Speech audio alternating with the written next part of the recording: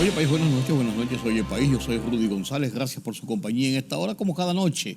Aquí en Color Visión analizamos temas de interés nacional e internacional.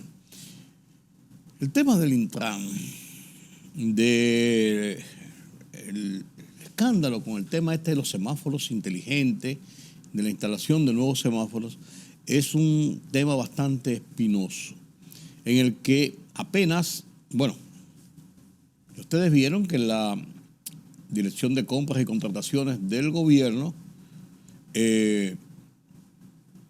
hizo una conferencia de prensa en la jornada del lunes y dio detalles más específicos y contundentes de sus investigaciones y anunció la puesta en manos del Ministerio Público para que investigue con las pruebas que ellos están presentando todo esto que ellos llaman graves irregularidades. Entonces han comenzado a surgir dentro de, ellos lo mencionaron, una serie de personajes colaterales ya a la dirección del Intran en todo esto que ellos llaman un entramado serio con visos de situaciones irregulares e ilegales.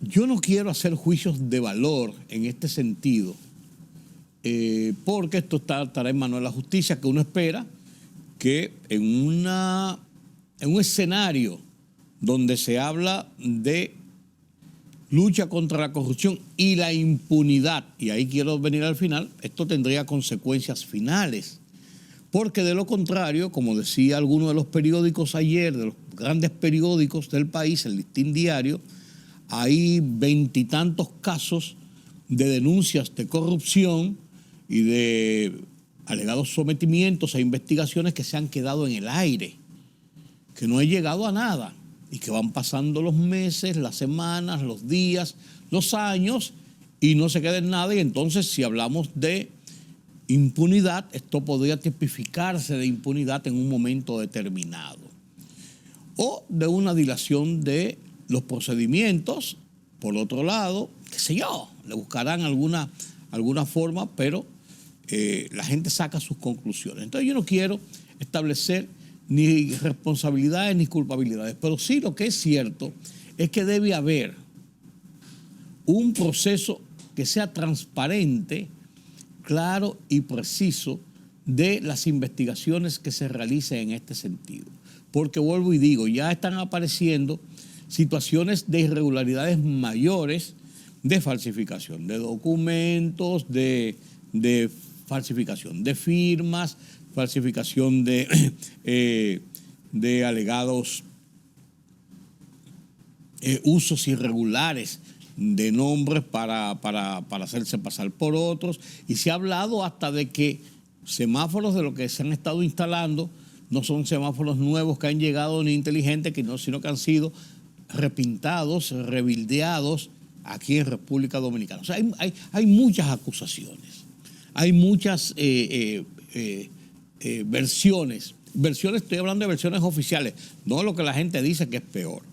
Entonces yo espero que el Ministerio Público, que ya está en sus manos oficialmente por un departamento del gobierno del Estado Dominicano, que yo me supongo que cuando se hizo la conferencia de prensa de ayer,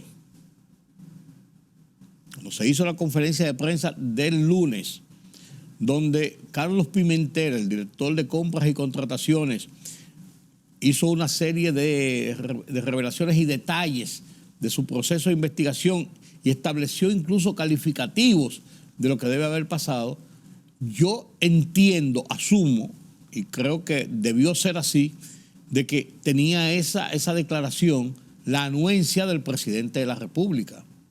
Porque si usted me dice a mí que eso lo hizo el Ministerio Público, usted me podría decir, bueno, el Ministerio Público lo hizo porque es un Ministerio Público independiente.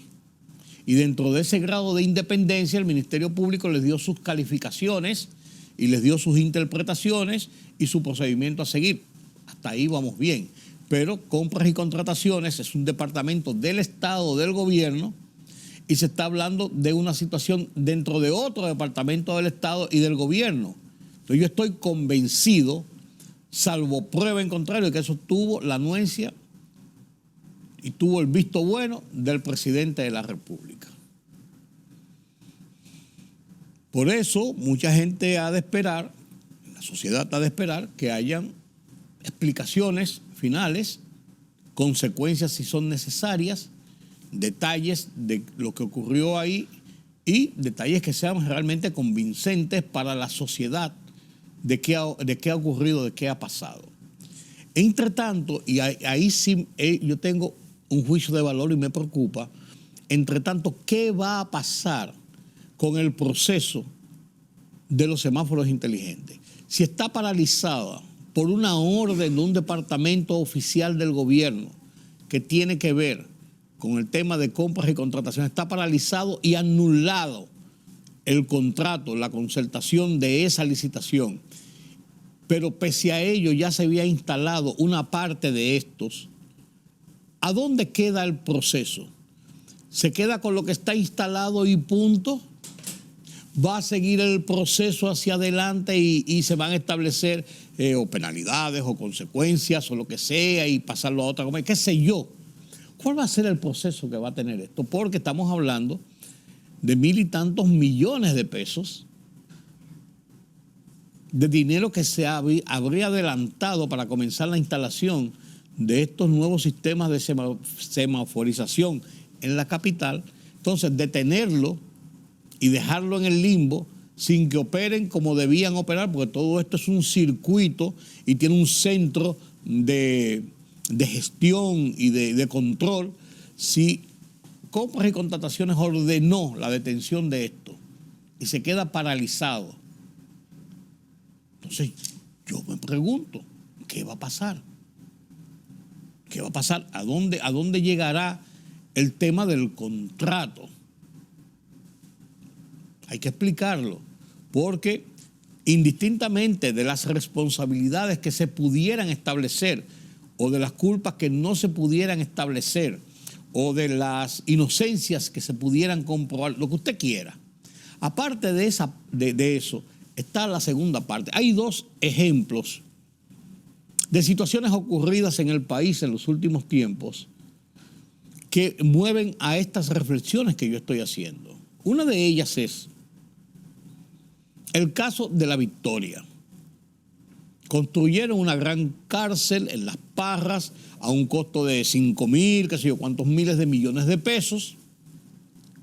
Se detecta que ahí hay irregularidades, que hay violaciones a los contratos, que hay sobrevaluación, que hay corrupción en sentido general. Llevan el caso ante la justicia, pero la obra que había sido inaugurada, aunque todavía no completa, y se dice que hay algunos vicios de construcción y algunas situaciones, está paralizada y arrabalizada porque se va dañando una obra construida hace 3, 4 años sin que se le dé uso. Entonces, esta obra está paralizada, pero lo que se hizo hasta donde se llegó es con dinero del gobierno, con dinero del Estado dominicano, con dinero de nuestras recaudaciones que aportamos al fisco para la construcción de obras. Lo práctico que todo el mundo entendía es que se iba a adecuar lo que está bien, comiencen a habilitarse porque es para solucionar incluso una situación precaria en la cárcel de La Victoria donde hay mucha gente hacinada. Pero no, dejan que la obra se deteriore y se dañe, entonces el dinero se pierde. Vamos a rescatar lo que es posible, es lo que la lógica indica. Vamos a buscar el dinero que sea necesario hasta donde se pueda, se recompone la obra o las obras que pueden ser salvables, si hay algunas que tienen vicios de construcción, están mal hechas, son un problema, porque la investigación puede continuar, se hace un levantamiento, como le llaman, una auditoría forense, porque ya está construido, vamos a ver qué es lo que hay, se hace y se consigna eso, se pone a operar y después se continúa la parte que está mal, si hay que desbaratarla se desbarata, si hay que arreglarla se arregla, lo que sea, pero no se pierde todo el dinero. Lo mismo ocurre con la ciudad sanitaria. 3 años después de que se paralizara, por así decirlo, en cierto modo o en gran medida, el terminar esta obra que cuesta, están hablando de 18, 19 mil millones de pesos, que es un complejo de de 6, 8, 9 grandes edificios con hospitales, centros de imágenes, una monstruosidad. Pero está ahí, está como un elefante blanco en una ciudad, para decir solamente la ciudad, o en un país donde hace falta de todo en servicios médicos, principalmente instalaciones, camas, quirófanos, departamentos de consultas, imágenes, de todo esto. Entonces está paralizada ahí porque hay unas investigaciones, si pitos y flautas, si la terminan, si no la terminan.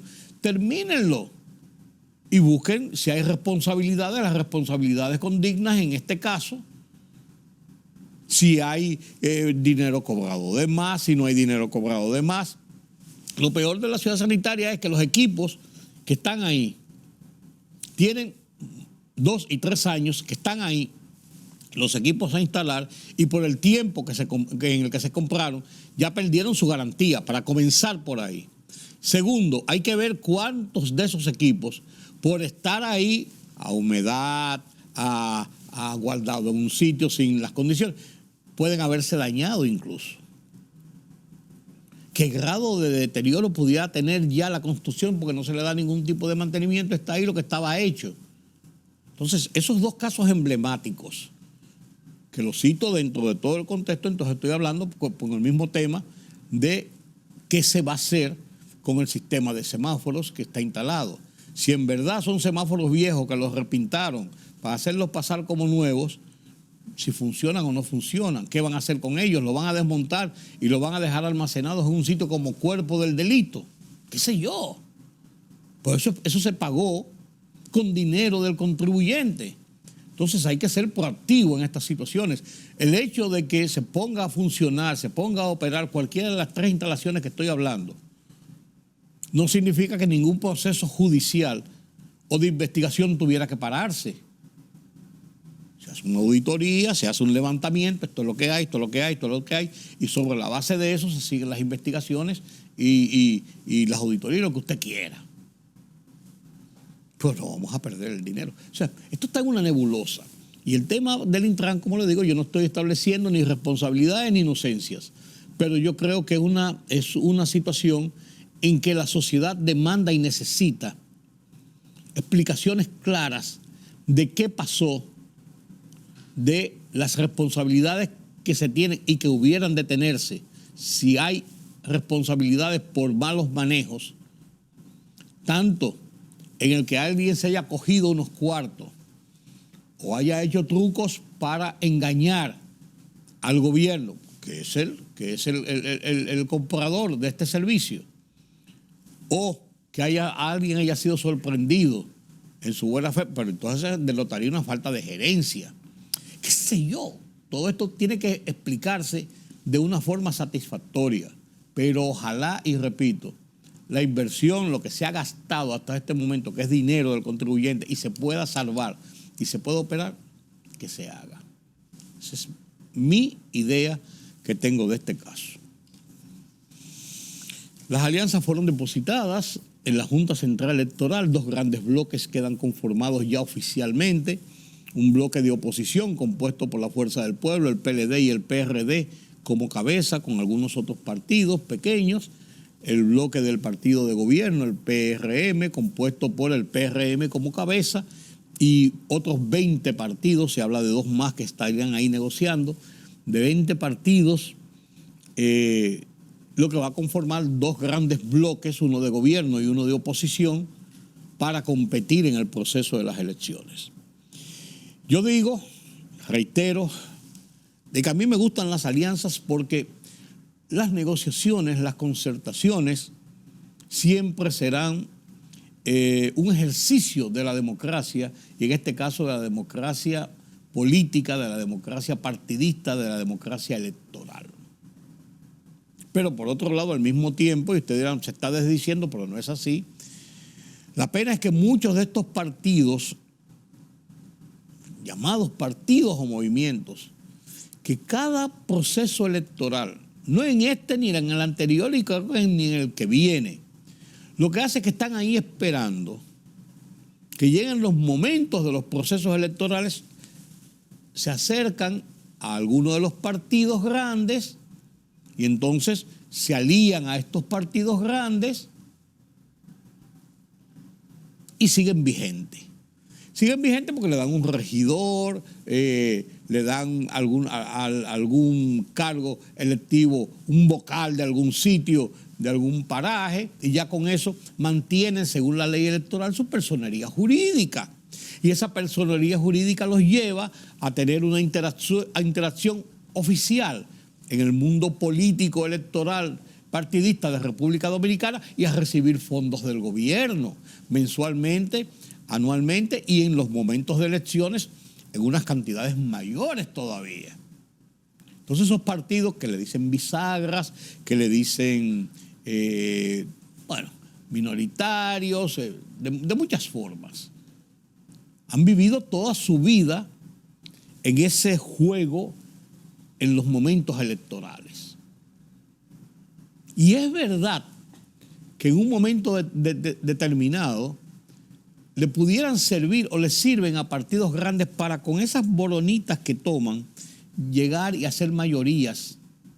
O cuando una persona no quiere votar por un partido, pero sí le gusta un candidato, vota a través de un tercer partido. Eso se vio mucho aquí con la estructura y las elecciones de 1986 en el entorno de Jacobo Magluta. Mucha gente no quería votar por el PRD, pues le gustaba a Jacobo Magluta como una alternativa política y votó a través de la estructura.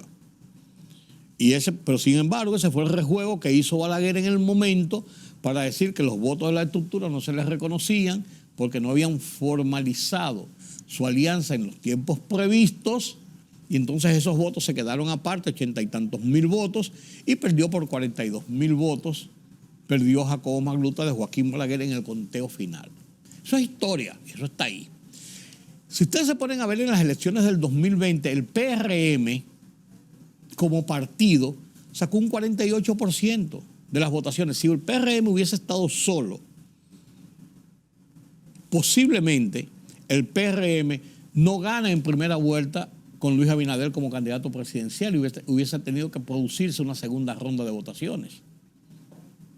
Pero ese 3% y tanto que le dieron los partidos minoritarios que se aliaron en el entorno del PRM, en la circunstancia que estoy hablando, lo llevaron a un 52% y Luis Abinader pudo ganar el proceso electoral en una primera vuelta. O sea, los partidos le sirvieron en ese momento, esos partidos pequeños, para hacer una mayoría y dar una victoria a un candidato determinado, que pudiera ocurrir en el aspecto senatorial o de municipal con las alcaldías. Esa es una realidad que ocurre.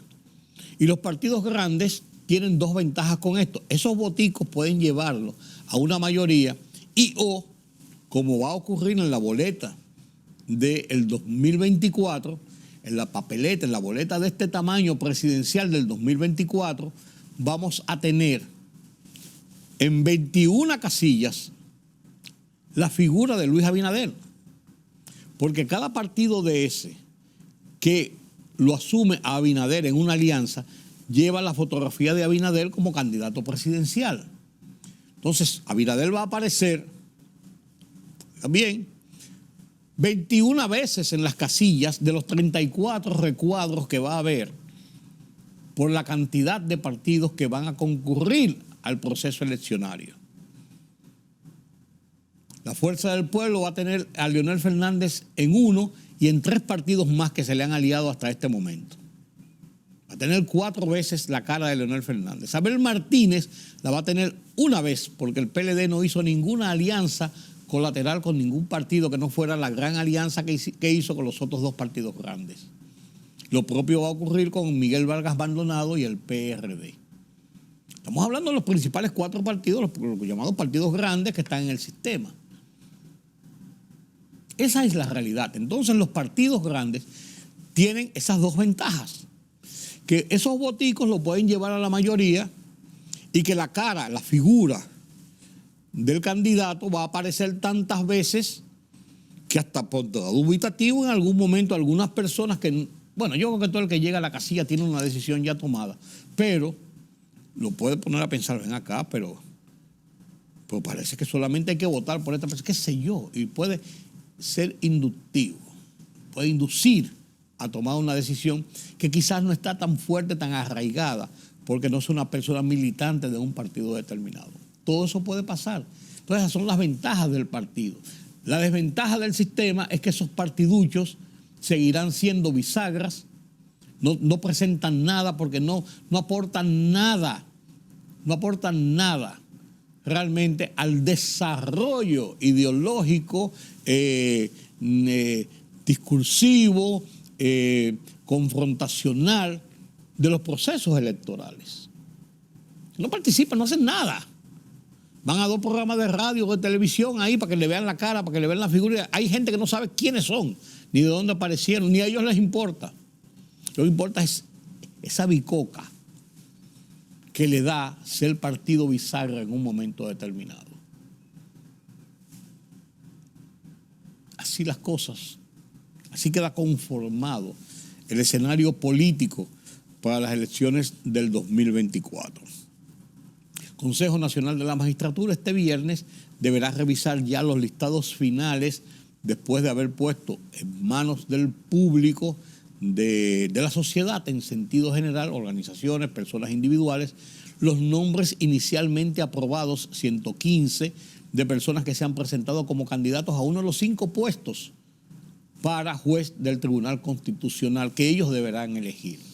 Una vez reunidos y ya depurados finalmente, se publicarán los nombres definitivos y entre lunes o martes de la semana que viene, entiendo yo, ya deberán producirse las vistas públicas, televisadas, abiertas, donde los aspirantes van y se someten a los cuestionamientos de los comisionados en el Consejo Nacional de la Magistratura sobre el porqué de sus pretensiones y ver las calidades que ellos tienen de conocimiento del tema constitucional en este caso. Después de eso, entonces, se elegirán los 5 y de entre los 5 se elegirá un presidente y 2 sustitutos del presidente. Eso está pendiente, eso es una tarea pendiente que debe cumplirse. Mientras tanto, se está hablando de un ciclón que anda por ahí, por la parte baja del Caribe, según la trayectoria que lleva, pero que los servicios de meteorología de los Estados Unidos principalmente están advirtiendo de que hay que tener cuidado en el fin de semana porque podemos recibir coletazos de ese mal tiempo que puede provocar lluvias fuertes, vientos y oleajes hacia la parte sur, o sea, la parte caribeña de la República Dominicana. Estén atentos, ojo con esto. Ojo con esto. Permítame la pausa.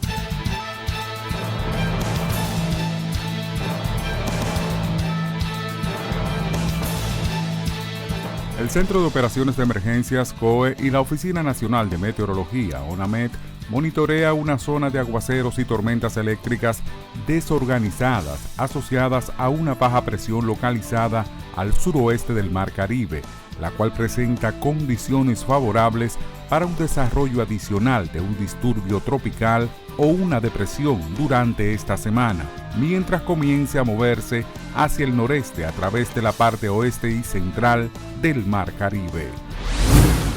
La Procuraduría Especializada de Persecución contra la Corrupción Administrativa, PETCA, fue apoderada del informe con relación a las indagatorias del proceso de licitación para la adquisición de semáforos inteligentes entre el Instituto Nacional de Transporte Terrestre, Intran, y la empresa Transcor Latam.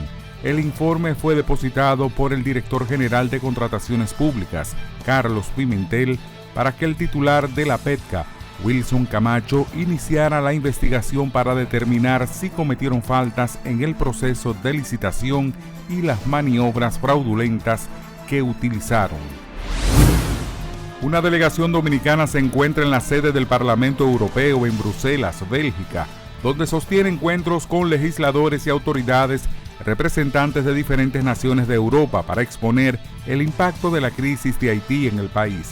Los miembros de esa delegación también tratan en el Parlamento Europeo sobre las supuestas violaciones a los tratados fronterizos por la construcción ilegal del canal que se construye en Haití para tomar aguas del río Dajabón, informó la dirección de prensa de la presidencia.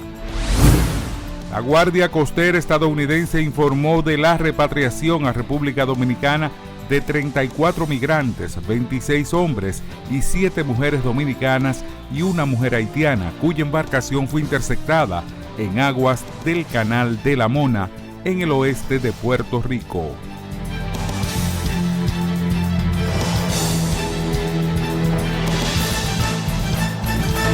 La libertad solo reside en los estados en los que el pueblo tiene el poder absoluto. Por el respeto a los valores democráticos y la dignidad del pueblo dominicano, El Rumbo de la Tarde, plural, objetivo, comprometido siempre con la verdad. Con Georgie Rodríguez, Rudy González y Ramón Colombo.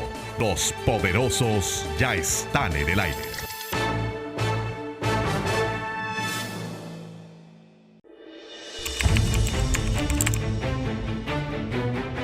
Periodismo de investigación, columnas, opinión, análisis, reportajes de fondo. Hora por hora, una completa plataforma multimedia. Periodismo con valor. Noticias horaporhora.com.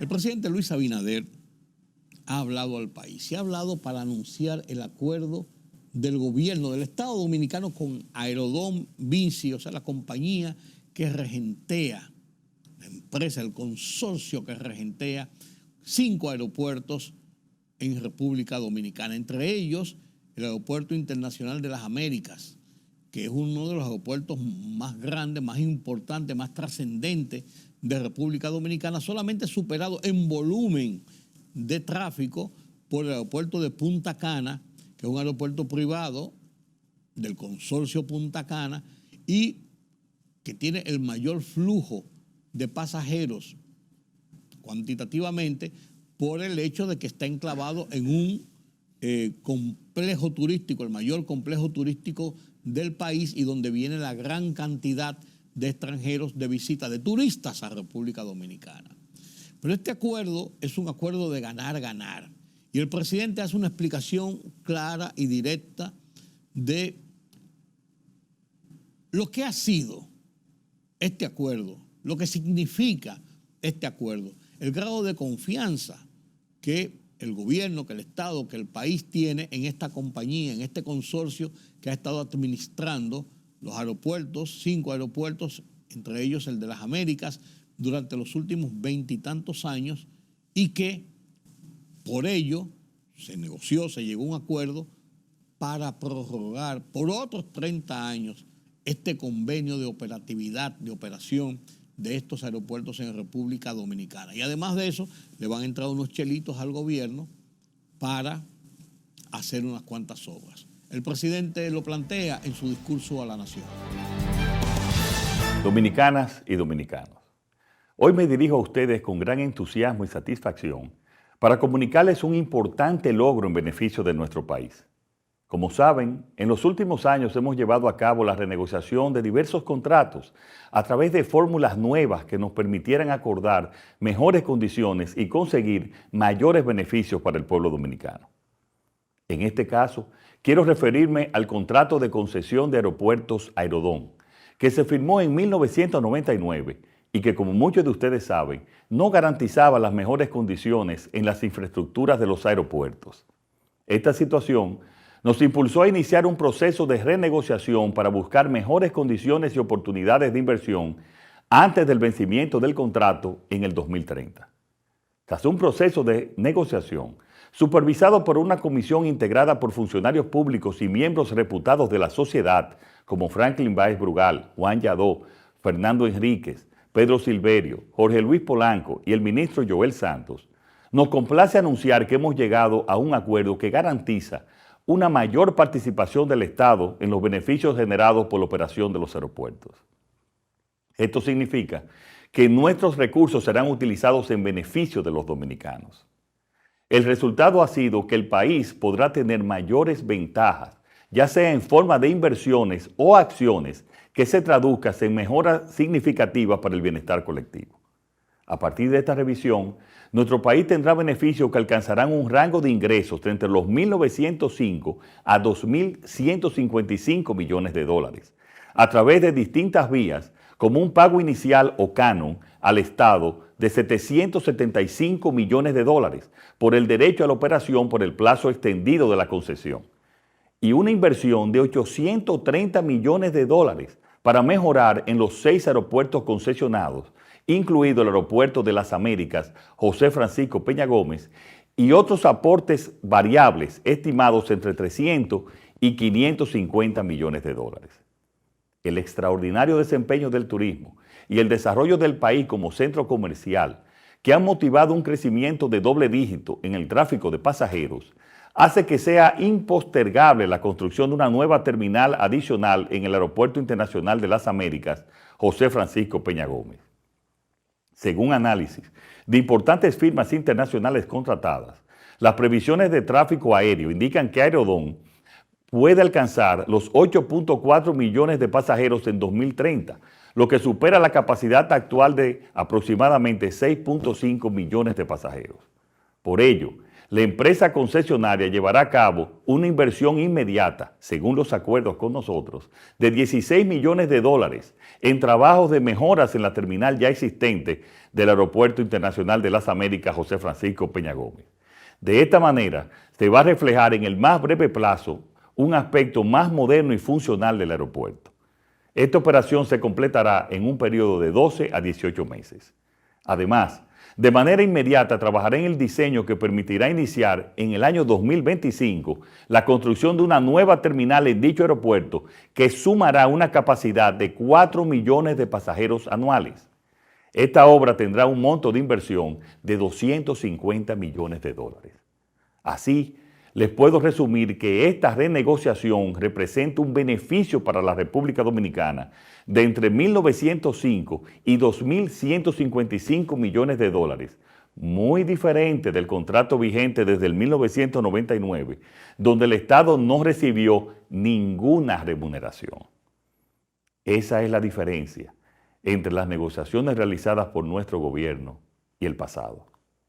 Con los 775 millones de dólares que se van a recibir en un periodo de 6 meses, ejecutaremos obras que nuestro país necesita. Este monto estará destinado exclusivamente para obras de infraestructura que paso a detallarles.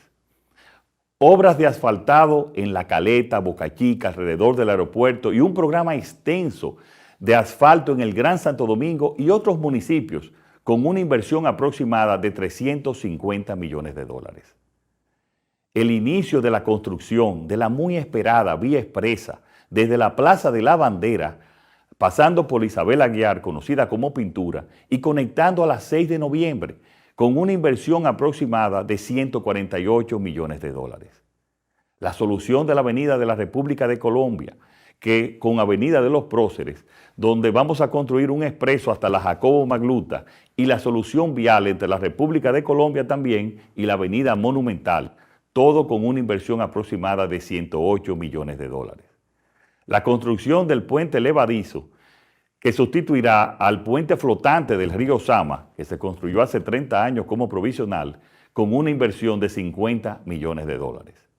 La construcción de un puente paralelo al Jacinto Peinado, que une la Máximo Gómez con la Hermanas Mirabal de Santo Domingo Norte, con una inversión de aproximadamente 56 millones de dólares.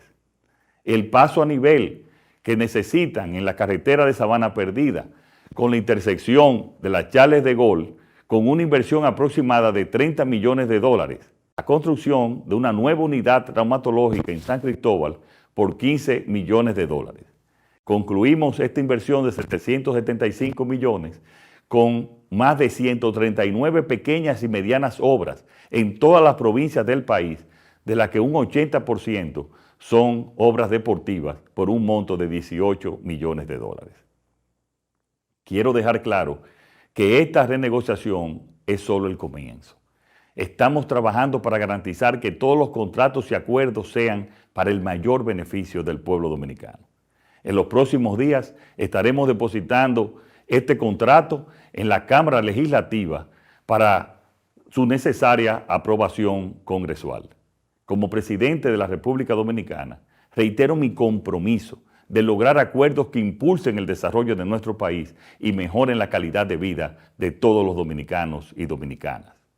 Los contratos pueden ser renegociados, pero los intereses de los dominicanos son innegociables para este gobierno. Lo he demostrado con palabras y con hechos, y este nuevo contrato es una prueba de ello. Muchas gracias y que Dios les bendiga siempre.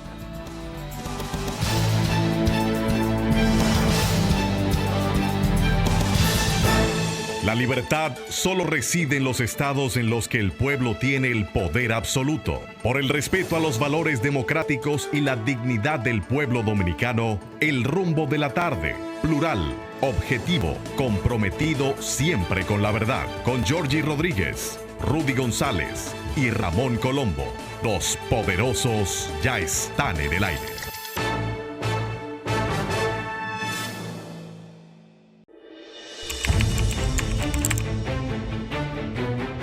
Periodismo de investigación, columnas, opinión, análisis, reportajes de fondo. Hora por hora, una completa plataforma multimedia. Periodismo con valor. Noticias horaporhora.com.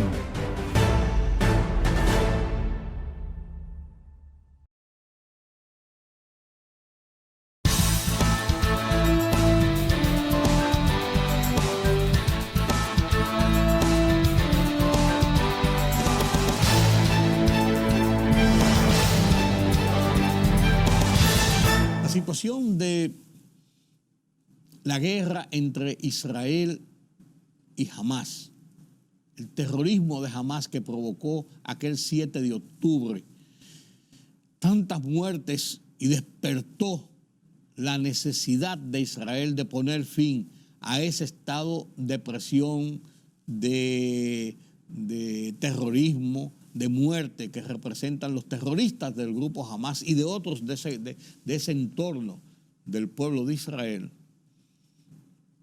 Ya lleva un mes y tanto. Israel está dispuesto a acabar con esos terroristas. Las plataformas internacionales de noticias, principalmente el Deutsche Welle de Alemania y La Voz de los Estados Unidos de América, presentan reportajes sobre lo que está ocurriendo allá en el frente del Medio Oriente. Comparto con ustedes estos reportajes a continuación.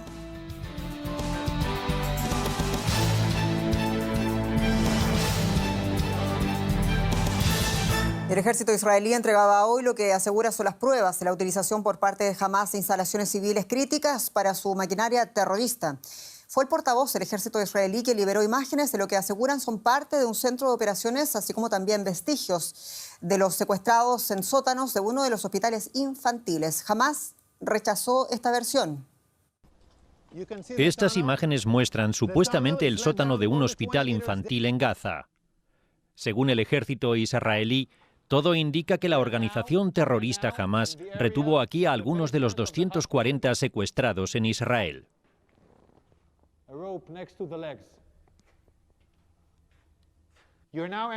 Estamos entrando en la habitación donde creemos que retenían a los rehenes. Pusieron cortinas sin nada detrás, solo una pared. No hay ningún motivo para poner cortinas aquí, a no ser que se quiera grabar vídeos de los rehenes.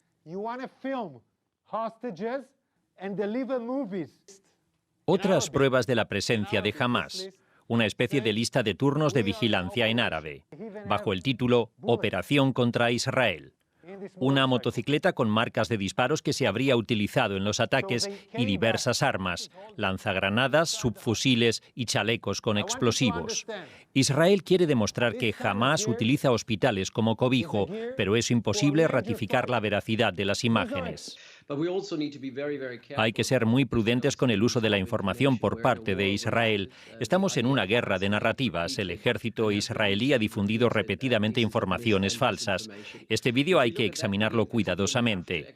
Israel es parte en este conflicto, tiene una postura clara e intenta dar una buena imagen. Desafortunadamente, en esta guerra ha mostrado que la veracidad no forma parte de su estrategia.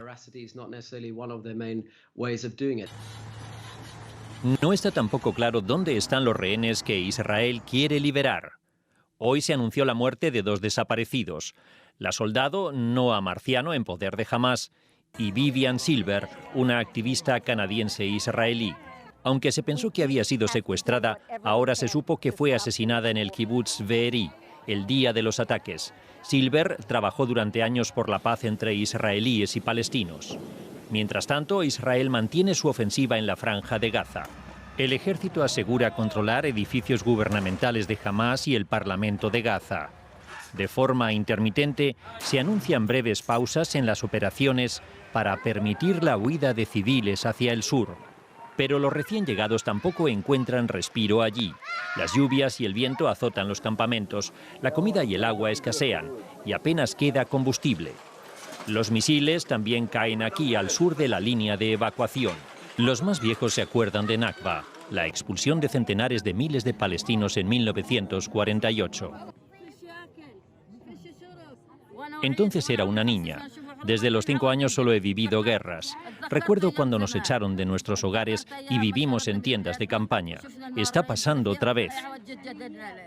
De momento, a los refugiados solo les queda la esperanza de que acaben los combates. Pero por ahora, una tregua parece muy improbable. La población de la Franja de Gaza bajo control de Hamás vivía en condiciones de pobreza y hacinamiento ya antes que estallara el actual conflicto. Pero mientras los gazatíes luchan para que esta situación acabe, Hamás, que tomó el poder en Gaza en 2007 y está calificada de organización terrorista por Estados Unidos, la Unión Europea y Alemania, consiguió hacerse con armas, dinero y construir una vasta red de túneles. Todo eso ha costado decenas de millones de euros. Pero mientras los gazatíes tienen que abandonar sus casas en plena guerra, sus líderes viven lujosamente en el extranjero. Y no solo eso, se cree que sus dirigentes han acumulado una enorme fortuna. Algunos medios afirman que el jefe de Hamás, Ismail Haniyeh, y otros 2 altos cargos que viven en Qatar son millonarios. ¿De dónde saca el dinero Hamás? Estados Unidos calcula que Irán subvenciona a grupos palestinos, incluidos Hamás, con $100 millones al año, y lo mismo Qatar. Donantes privados, incluidos palestinos que viven en el extranjero, aportan a organizaciones que a su vez lo derivan a Hamás. El grupo también recauda impuestos sobre las empresas de Gaza y comisiones por el contrabando. Una forma de eludir las sanciones y transferir dinero desde el exterior fue con criptomonedas. Hamás dejó de aceptarlo ya antes de la guerra debido al aumento de los controles en estas transacciones. También existen acusaciones de que Hamás ha desviado dinero de la ayuda internacional. El grupo islamista niega usar esos fondos para su ala militar. En la guerra entre Israel y el grupo islamista Hamás, el ejército israelí informó de que sus efectivos se entraron en el hospital de Al-Shifa, el mayor de Gaza, tras 5 días de asedio.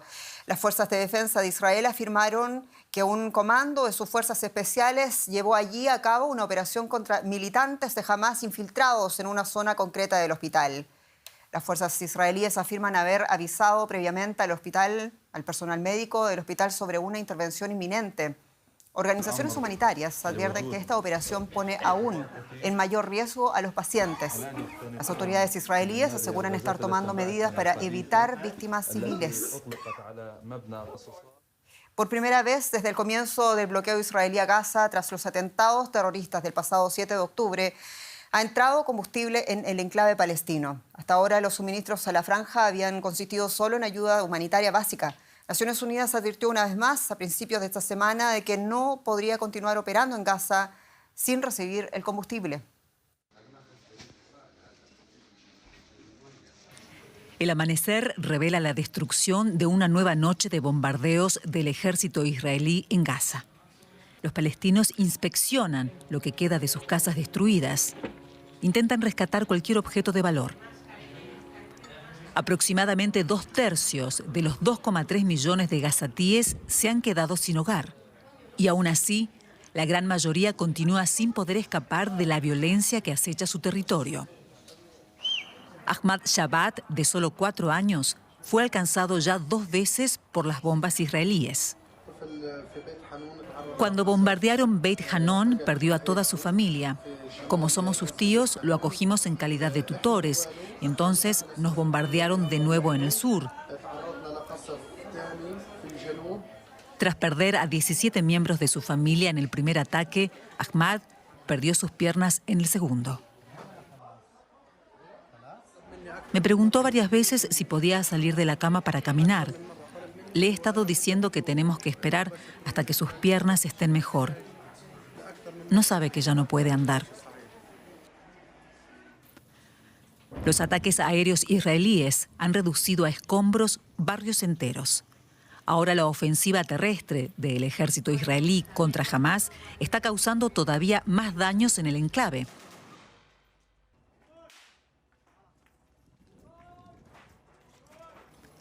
Cientos de miles de refugiados se agolpan en campamentos improvisados, donde sobreviven como pueden, intentando encontrar alimento, agua y combustible.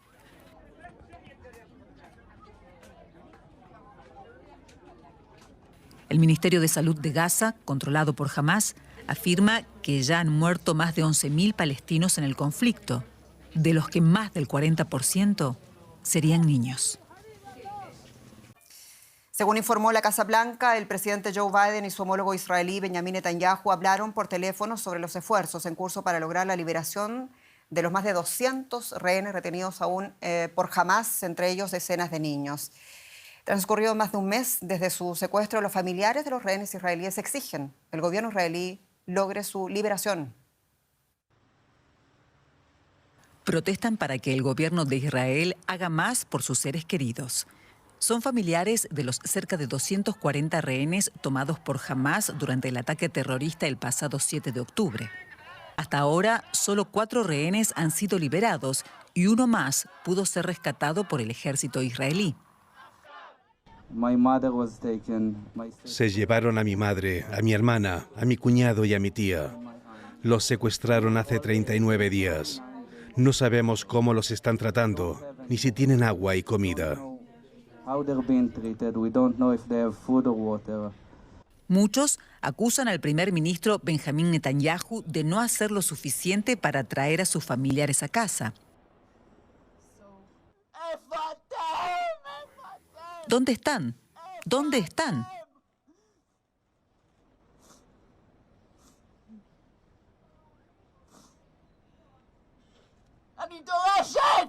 Exijo respuestas de Netanyahu y su gobierno.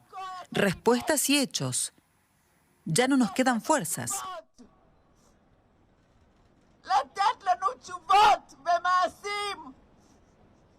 Israel ha confirmado la muerte de Noa Marciano, soldado de 19 años capturada por Hamás. El grupo terrorista afirma que murió en un bombardeo israelí, aunque no aportó pruebas de ello. Existe la esperanza de que la comunidad internacional ayude a liberar al resto de los rehenes. Los familiares también se han manifestado ante las oficinas de la ONU en Ginebra. Liberar a 4 rehenes es un comienzo formidable, pero todavía hay muchos más. Tengo esperanzas de que liberen a mi familia, pero no creo que sea como parte de un intercambio de prisioneros, sino más bien de un acuerdo que implique a un gran número de rehenes y también a la diplomacia internacional. Como los combates en Gaza no parecen amainar, los manifestantes creen que recordar al mundo la situación de los rehenes es su mejor oportunidad de sacarlos con vida. Este es el lugar en el que se instalan los equipos televisivos de todo el mundo para tratar de averiguar qué está pasando en Gaza. Lo llaman la colina de la vergüenza, pues aunque es lo más cerca que podemos estar de Gaza en estos momentos, sigue estando a 2 kilómetros de la frontera. Si hacemos zoom con la cámara, podemos distinguir parte de la actividad que está teniendo lugar en el norte de la franja. Se ven bombardeos y se oye la artillería del ejército israelí. A veces se vislumbran tanques y se escuchan combates sobre el terreno. Pero muchos periodistas se sienten frustrados y avergonzados porque no pueden entrar en la Franja de Gaza para entrevistar a la gente ni ver con sus propios ojos lo que está ocurriendo.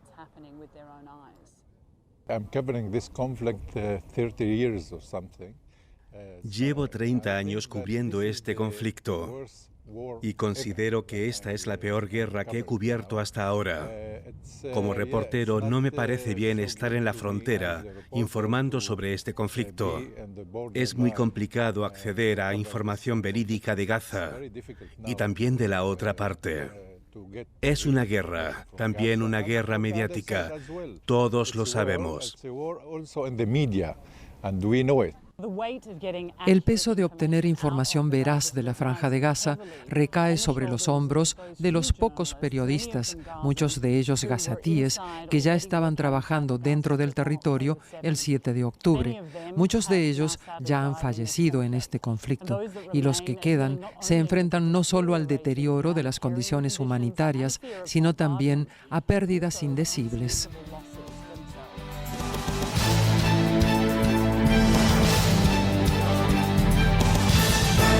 La libertad solo reside en los estados en los que el pueblo tiene el poder absoluto. Por el respeto a los valores democráticos y la dignidad del pueblo dominicano, El Rumbo de la Tarde, plural, objetivo, comprometido siempre con la verdad. Con Georgie Rodríguez, Rudy González y Ramón Colombo.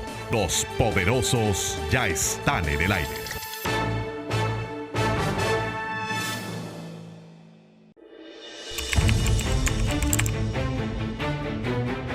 Periodismo de investigación, columnas, opinión, análisis, reportajes de fondo.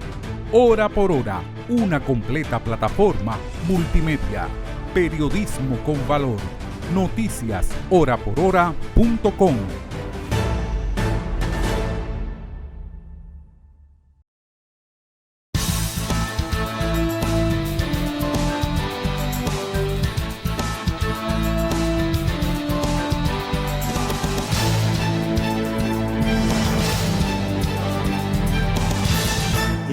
Internacionales nos lo presenta Pedro Vargas desde la redacción central de Oye País.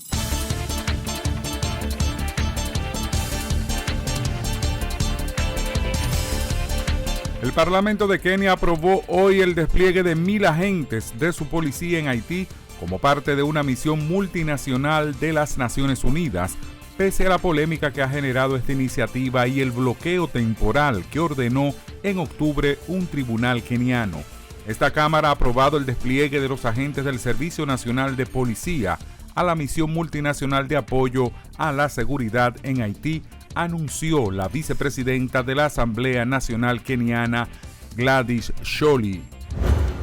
El número de muertos en la Franja de Gaza por la ofensiva militar de Israel ascendió a más de 11.500, informó el Ministerio de Sanidad del enclave palestino, mientras el ejército israelí continúa su operación dentro del hospital Al-Shifa, el más importante del enclave palestino. Además, el número de heridos subió a más de 29.800, añadió el ministerio controlado por el grupo islamista Hamas. El Congreso español reeligió como presidente del gobierno al líder socialista Pedro Sánchez con 179 votos a favor de su investidura, 3 más de la mayoría absoluta necesaria establecida en 176 de un total de 350 diputados. Sánchez recibió el apoyo de los partidos de izquierda, independentistas, nacionalistas y regionalistas, con lo que alcanzó acuerdos tras ser propuesto como candidato por el rey Felipe VI el pasado 3 de octubre. Las declaraciones del presidente de Estados Unidos, Joe Biden, quien calificó de dictador a su homólogo chino Xi Jinping, son erróneas e irresponsables, afirmó la portavoz del Ministerio de Exteriores del gigante asiático Mao Ning. Este tipo de expresiones es extremadamente erróneo y es una manipulación política irresponsable. China se opone firmemente a eso, destacó Mao.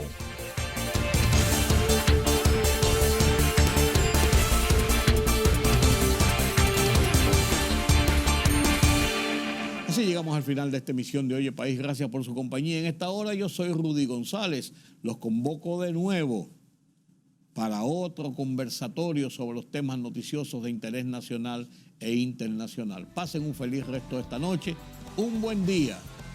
Que Dios les bendiga.